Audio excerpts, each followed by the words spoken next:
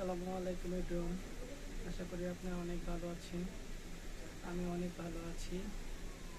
তো আজকে আবার চলে আসলাম আপনাদের সাথে আড্ডা দেওয়ার জন্য। তো আজকে আমরা হিমগল্পর 22 নম্বর পর্বটি পড়ব। তো দেখব পরে কি হয়েছিল। এরই মধ্যে আমরা কিন্তু 21টি পর্ব শেষ করেছি।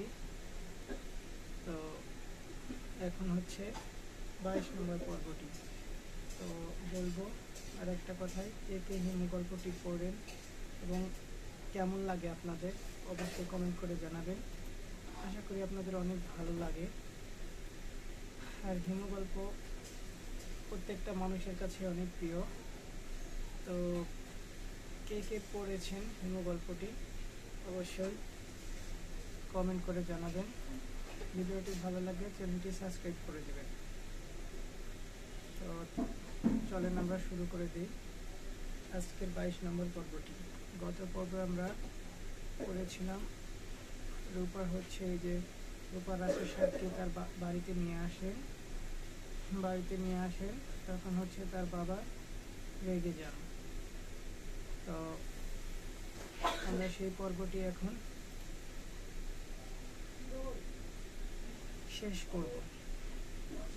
তো চলেন আমরা শুরু করে দিই।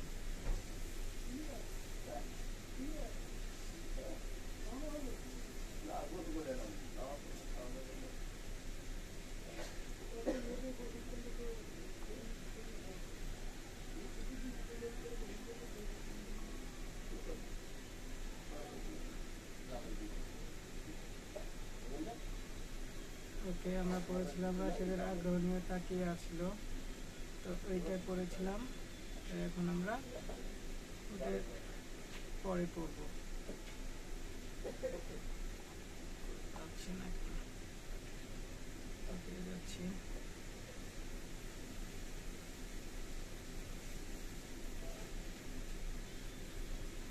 এটা শেষ করেছিলাম।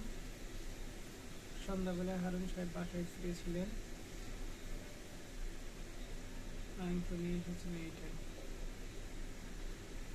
আচ্ছা, তারপরে থেকে আমরা কন্টিনিউ করি। রাশেদ বলল, আপনি কি আমার উপর কোনো কারণে রেগে আছেন? আমার সঙ্গে রাগ করার মতো কোনো অপরাধ আমি করিনি। আপনি কি জানতে চান বলুন। আমি বলছি, আমার নাম দিয়ে এর মধ্যে জেনেছেন। আবার বলি, আমার নাম রাশেদ রহমান। থাকেন কোথায়? আমেরিকায়। মোরহেড স্টোরে।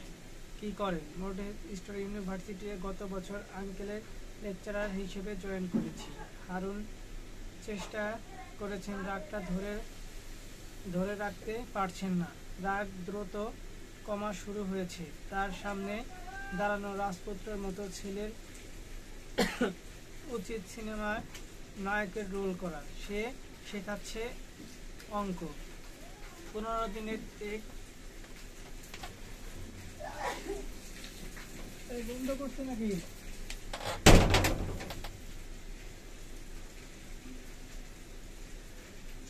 সে শেখাচ্ছে অঙ্ক। 15 দিনের এক নায়কের সঙ্গে ছেলেটার চেহারার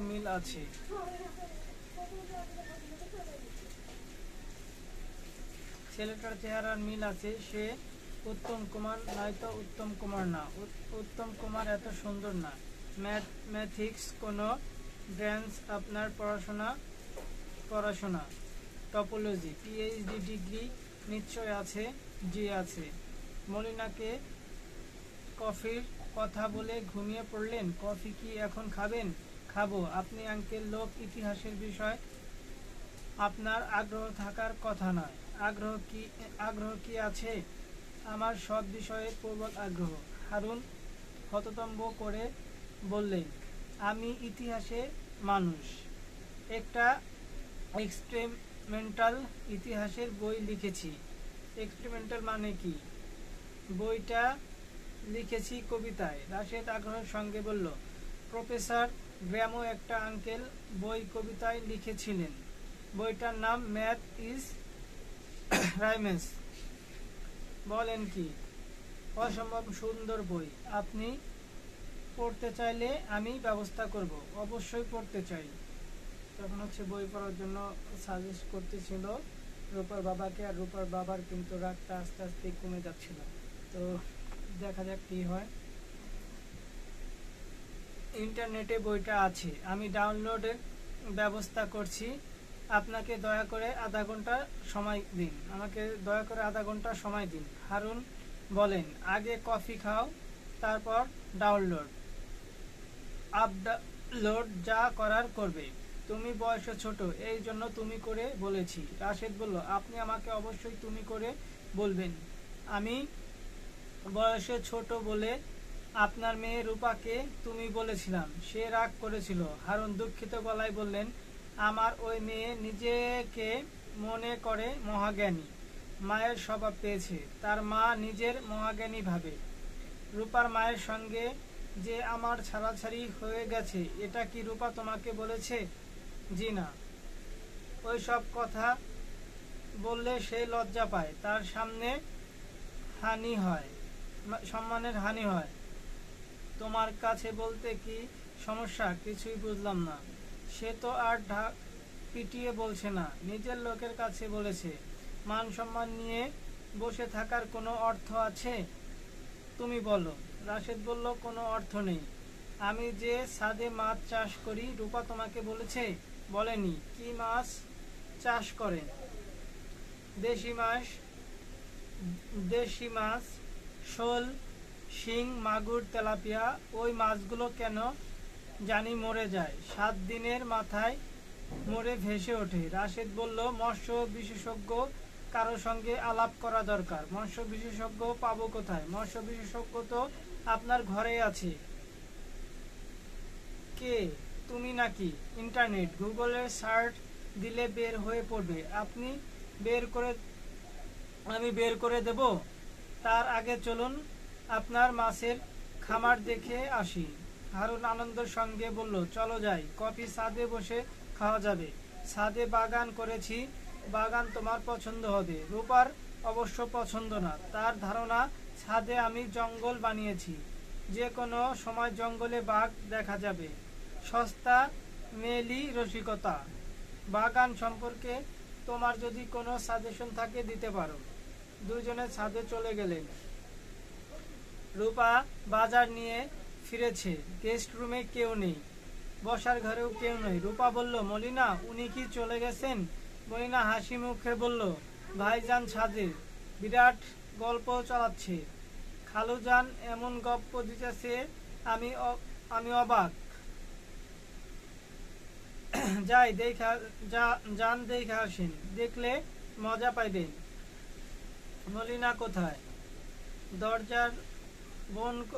দরজা বন্ধ কইরা বইসা আছে। খালুজান কফি চাচ্ছে। আমি মলিনাকে বললাম, যা কফি দিয়ে আয়। সে বলল, যাবো না। আমি বললাম, যাবি না কেন? তুই ভূতের সাথে প্রীত করতে পারবি আর মেহমানের সামনে যাইতে পারবি না। রূপা নিজের ঘরে ঢুকলো। ঘরের কোনায় মলিনা চুপচাপ বসে আছে, তার মাথা নিচু। রূপা বলল, কোনো সমস্যা মলিনা? মলিনা না মাথা নাড়ল। রাশেদ সাহেবকে দেখেছ? হ্যাঁ। উনি মানুষ কেমন? মানুষ কেমন তো আফা বলতে পারি না। মলিনা, তোমার সঙ্গে আজ রাতে আমি আলাদা করে বসবো। তোমাকে দেখে কেন জানি মনে হচ্ছে তুমি কিছু বলতে পারছো না। আফা, চা খাবেন? চা আইনা দেই। চা খাবো না, বাবাকে ডেকে নিয়ে আস। মলিনা বলল, আমি ছাদে যাব না আফা। যাবে না কেন? মলিনা চুপ করে রইল। তুই কি কোনো কারণে রাশেদ সাহেবের সামনে যেতে চাচ্ছিস না? মলিনা প্রশ্ন জবাব দিল না, অন্যদিকে তাকিয়ে রইল। হারুন তার রহস্য পাতা খুলেছেন। রহস্যময় সেসব খবর পত্রিকা উঠে তিনি তার পেপার কাটিং জমা করেন।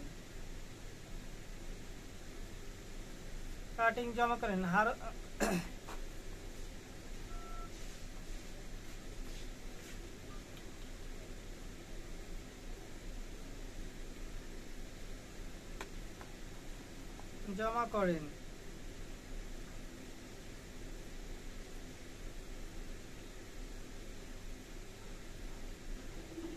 ওই ছেলেটা হারুন হারুন রহস্য খাতা রাশেদের দিকে এগিয়ে দিতে দিতে বললেন, রাশেদ, এই ছেলেটাকে দেখো, বালক পীর, সপ্তাহে একদিন সন্ধ্যা থেকে রাত 12টা পর্যন্ত সে যাকে যা বলে তাই হয়। নাম ওসমান, বাবা দিনমজুর। আমি গিয়েছিলাম দেখতে, হাজার হাজার মানুষ ভিড় ঠেলে এগুলোতে পারলাম না। ব্যাপারটা কি আপনার কাছে বিশ্বাসযোগ্য মনে হয়? আমার উত্তর হচ্ছে হ্যাঁ এবং না। জগৎ রহস্যময়, এটা তুমি মানো নাকি মানো না? রাশেদ বলল, আমি উত্তরে হ্যাঁ এবং না একই সঙ্গে, রহস্যময় আবার রহস্যময় না। হারুন বললেন, আমার এখানে মলিনা নামের একটা মেয়ে আছে, তার নাম আমি দিয়েছি ঘড়িকন্যা। সে হলো জীবন্ত ঘড়ি। আপনার কথা বুঝতে পারছি না, ধীরে ধীরে বুঝবে। একদিনে সব জেনে ফেললে হবে না। মেয়েটার সম্পর্কে রাজশাহীর দৈনিক প্রভাতে কি লিখেছিল পড়ে দেখেছো? আমি আরেক দফা কফির কথা বলে আসি, নাকি চা খাবে? আপনি যা খাবেন তাই খাবো। টক দইয়ের শরবত খাবে? টক দই গোলমরিচ আর লবণ ব্লেন্ডার দিয়ে বানানো হয়। সঙ্গে থাকে এক ফালি কাঁচামরিচ আর এক চিমটি ধনেপাতা। গ্লাসের উপর 2 ইঞ্চি পরিমাণ কুচি বরফ, 1 চামচ চিনি। এগুলো তো খেতে ইচ্ছে করছে। সমস্যা একটাই, রূপা ছাড়া কেউ বানাতে পারে না। সে ফিরেছে কি না কে জানে। দেখি ব্যবস্থা করি। হারুন ব্যস্ত ভঙ্গিতে নেমে গেলেন, তার ব্যস্ততা দেখার মতো। বসার ঘরে রূপাকে পাওয়া গেল। হারুন বললেন, 2টা টক দই শরবত, কুইক। রূপা বলল, বাসায় বাবা বসো তো। এখন বসতে পারবো না, রাশেদের সঙ্গে অন্তত জরুরি একটা আলাপ করছি। তুই শরবতটা বানিয়ে ছাদে পাঠানোর ব্যবস্থা কর। শরবত বানানো যাবে না, ঘরে টক দই নেই। ড্রাইভারকে পাঠা নিয়ে আসবে। রূপা বলল, বাবা তুমি বসো, তোমার সঙ্গে আমার জরুরি কথা আছে। রাশেদ সাহেবের সঙ্গে আলাপের চেয়েও আমারটা জরুরি। বল। আমি বল তুমি বসো, তারপর বলবো। তুই এত ঝামেলা করছিস কেন? জরুরি কথা বসে শুনতে হবে, অতি জরুরি কথা শুয়ে শুনতে হবে। আচ্ছা যা, বসলাম। রূপা বলল, বাবা শোনো, রাশেদ নামের মানুষটা আমার, ঠিক আছে মনে হয় মেবি ভুল লিখেছি, তো এখানে মনে হয় এটা হবে, রাশেদ নামের মানুষটাকে আমরা কেউ চিনি, তার বিষয়ে কিছু জানি না। তুমি প্রথম দেখাতেই তাকে কোলে নিয়ে বসে আছো, এটা কি ঠিক? হারুন বলল, কোনো একজন মানুষকে আমার পছন্দ হতে পারবে না? 5 মিনিটের পরিচয় হতে পারবে না? 50 বছরের পরিচিত লাগবে। তোর মার সঙ্গে 11 বছর পরিচয় ছিল, তাকে চিনতে পেরেছি। বাবা তুমি লজিক গোলমাল করে ফেলছো, আমাকে লজিক শেখাবি না, স্টুপিড মেয়ে। রেগে না গিয়ে আমার কথা মন দিয়ে শোন। তুমি উঁচু তারে বাঁধা একজন মানুষ, কাউকে অতি দ্রুত পছন্দ হওয়া এবং অতি দ্রুত অপছন্দ হওয়া তোমার চরিত্রের অংশ, এটা ঠিক না। কাকে অতি দ্রুত অপছন্দ করলাম? সুলতান চাচাকে। সে ছাগল একটা, কথা 4 বার করে বলে, তাকে অপছন্দ করতে পারবো না? তার এই স্বভাবের পরেও তার সঙ্গে তোমার গম্ভীর বন্ধুত্ব ছিল। পর 2 দিন না দেখলে তুমি অস্থির হয়ে যেতে। মূল কথাটা বলো। রাশেদের সঙ্গে আমি কথা বলতে পারবো না, এটাই তো মূল কথা। মূল কথা হচ্ছে তোমার ভোলাটাইল নেচার। চট করে অপরিচিত মানুষকে দেখিও না, সে তোমার নেচার বুঝতে পারবে না, তোমাকে নিয়ে মনে মনে হাসবে, আমোদ পাবে। তোমার কর্মকাণ্ডে কেউ আমোদ পাবে, এটা আমার পছন্দ না। হারুন উঠে দাঁড়ালেন, কঠিন গলায় বললেন, তুই কি মনে কর অচেনা অজানা একজন বাড়ি এনে ঢুকেছিস এটা বল। তুই নিজেই তো তাকে এই বাড়িতে কোলে করে এনেছিস, আমি আনিনি। রূপা বলল, বাবা উনি আমার উপর রাগ করে বাড়ি থেকে বের হয়ে ঝড় বৃষ্টিতে পড়ে অসুস্থ হয়ে হাসপাতালে ছিলেন। আমি অপরাধ বোধ থেকেই তাকে এই বাড়িতে এনেছি। তিনি যে রাতে ডিনার না করে চলে গিয়েছিল, আমি তাকে ডিনার করাবো। তিনি যে ঠিকানায় যেতে ভুল করেছে, আমি তাদের বাড়ি এসেছিলেন, আমি নিজে তাকে সেই ঠিকানায় পৌঁছে দেব। রাতে ডিনারের পরপরই এই কাজটা করা হবে। এত দেরি করে লাভ কি? এখনই লাথি দিয়ে বের করে দে, সেখানের জিনিস সেখানে চলে যাবে। বাবা তুমি আবার ছেলে মানুষই শুরু করেছো।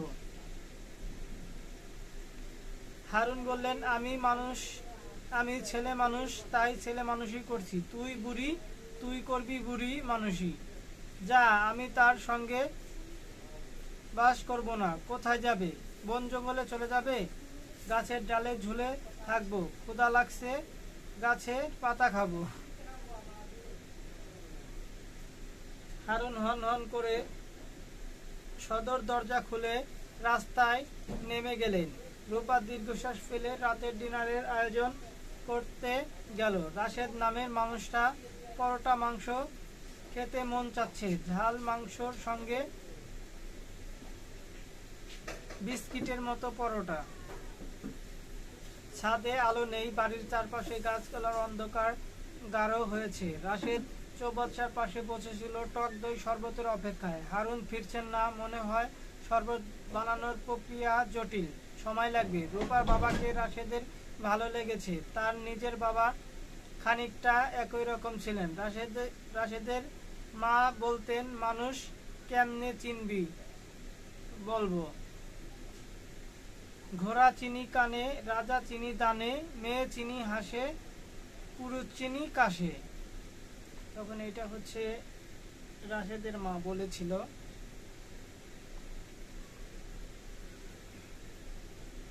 ভালো জাতের ঘোড়া কান দেখা চেনা হয়, রাজা কত বড় তার পরিচয় হয় দানে, মেয়ে চেনা যায় তাদের হাসি দেখে, আর পুরুষ চেনা যায় তার কাশিতে। রাশেদ বলেছিল, একজন পুরুষ মানুষ কাশ হবে, সেই কাশির শব্দ বোঝা যাবে সে কেমন পুরুষ। হ্যাঁ, কাশ হইল তার গলার আওয়াজ, মানুষের গলার আওয়াজই তার পরিচয়। হারুন নামের মানুষটা গলার আওয়াজ মোটেও ভালো না, কিন্তু মানুষটা ভালো, এতে কোনো সন্দেহ নেই। রাশেদ ছাদের গাছপালা দেখছে। ছাদের বাগানে সুযোগ আমেরিকায় নেই। আমেরিকায় আকাশ থেকে বরফ পড়ে, বাংলাদেশের আকাশ থেকে বৃষ্টি পড়ে। গাছপালা প্রাণহীন বৃষ্টি। ড্রামা কেটে একটা কাগজি লেবু গাছ লাগানো হয়েছে, গাছ ভর্তি লেবু। কি সুন্দর দৃশ্য। গাছটা একটা ছবি তুলে রাখা দরকার। ছবি নিয়ে রাশেদের মার ছাড়া আছে। আমরা গাছের আম হয় না,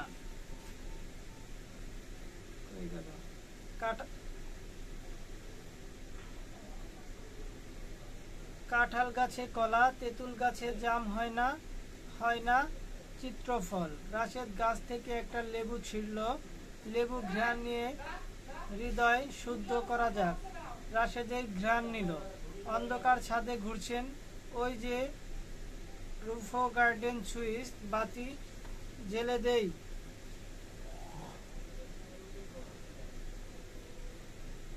রূপার কথায় রাশেদ হঠাৎ চমকে উঠল। সে চমকালো, সে নিজে বুঝতে পারল না। মানুষের প্রতিটা কার্যের পেছনে কারণ থাকে। চমকানোর পেছনে কারণটা কি? এমন কি হতে পারে অন্ধকারে রূপার গলার স্বর অন্যরকম শোনাচ্ছে?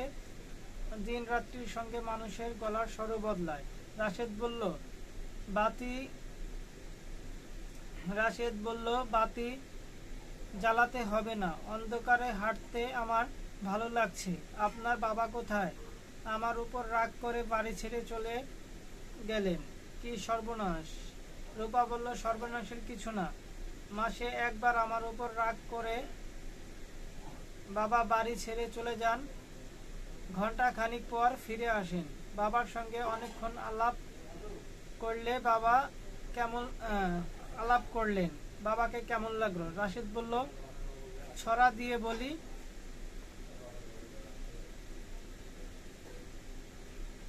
কলমে দস্তচিনি, গোফে রাজপুত, ভালো মানুষ সেই হয় যার কলিজা মজবুত।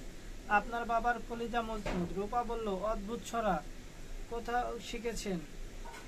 রাশেদ বলল, আমার মার কাছ থেকে। সবকিছু নিয়ে তার ছড়া আছে। রূপা বলল, আরেকটা ছড়া বলুন তো। রাশেদ বলল, গলা নাই, গান নাই, বউ নাই, শ্বশুর বাড়ি যাই। বাহ, সুন্দর তো। আপনার মা কি আপনার সঙ্গে থাকেন, নাকি তিনি নেত্রকোনা জেলার বাইরে কোনোদিন যাননি? বেঁচে আছেন না। বেঁচে আছেন না।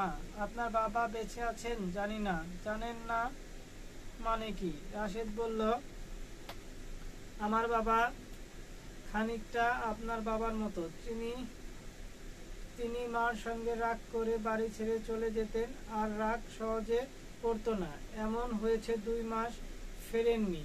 আমি যখন ক্লাস 7-এ পড়ি তখন একবার রাগ করে বাড়ি ছেড়ে আর ফিরে আসেননি।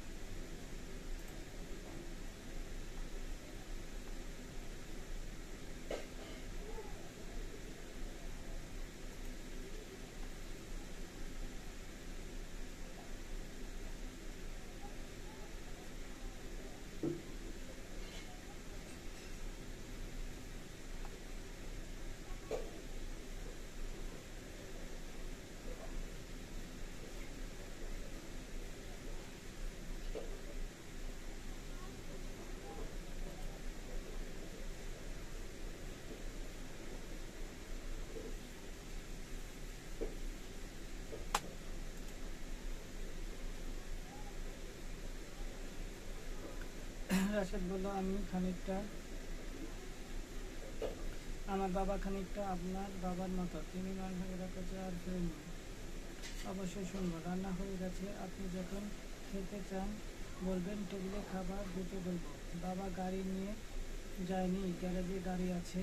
ডিনার শেষ করে গাড়ি নিয়ে ওনাদের বাড়ি খুঁজতে বের করবেন। তাড়িয়ে দিচ্ছেন নাকি? রূপা বলল, সেটা শোভন, সেটা করছি। আমাদের এখানে কেন থাকবেন? পেইং গেস্ট হিসেবে থাকবো। আমরা পেইং গেস্ট রাখি না। এই কথা আবার রাগ করে রাতের খাবার না খেয়ে চলে যেন না। আপনি গোস্ত পরোটা খেতে চাইছেন? মাংস আমি নিজে রান্না করেছি, পরোটা তৈরি আছে। খেতে বসলেই মলিনা ভেজে দেবে। রাশেদ বলল, আপনি আপনার বাবার মতো না, আপনি আমার খুব পরিচিত একজনের মতো, আপনার সরতার মতো। প্রথম দিন ধরতে পারিনি, আজ ধরতে পেরে চমকে উঠেছি। রূপা বলল, আমি তার নাম কি রূপা ব্যানার্জি? রাশেদ অবাক হয়ে বলল, কিভাবে বললেন? রূপা বলল, আমি হর্স রিডিং জানি না। প্রথম দিন তার কথা আপনি বলেছিলেন, মনে হয় ভুলে গেছি। মনে পড়েছে, আমি বলেছিলাম। রূপা বলল, তার বাসায় যাচ্ছেন রুনা, যার নাম তিনি কে? রাশেদ বলল, আমার স্ত্রী। ছাদ বন্ধ, আলো থাকতে যেতে